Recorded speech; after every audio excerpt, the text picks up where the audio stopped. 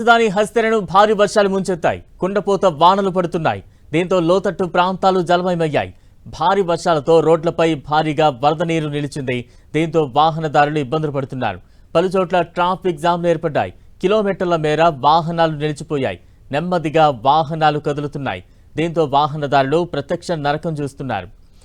జోరు వానలు పడుతుండటంతో ఐఎండీ ఢిల్లీకి రెడ్ అలర్ట్ జారీ చేసింది.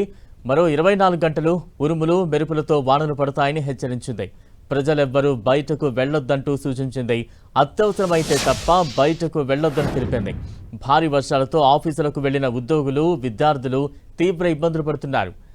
సఫ్దర్జంగ్లో 32.4 మిల్లీమీటర్ల వర్షపాతం నమోదైంది. అలాగే రేజ్ అబ్జర్వేటరీలో 37.6 మిల్లీమీటర్ల వాన పడింది. ఢిల్లీ ఎన్సీఆర్లోని వివిధ ప్రాంతాల్లో భారీ వర్షాలు కురుస్తాయని వాతావరణ కేంద్రం తెలిపింది. హర్యానా, నోయిడాలోనూ దంచి కొడుతోంది వాన. ఇక్కడ భారీ నుంచి అతి భారీ వర్షాలు కురిసే అవకాశం ఉందని ఐఎండీ అంచనా వేసింది.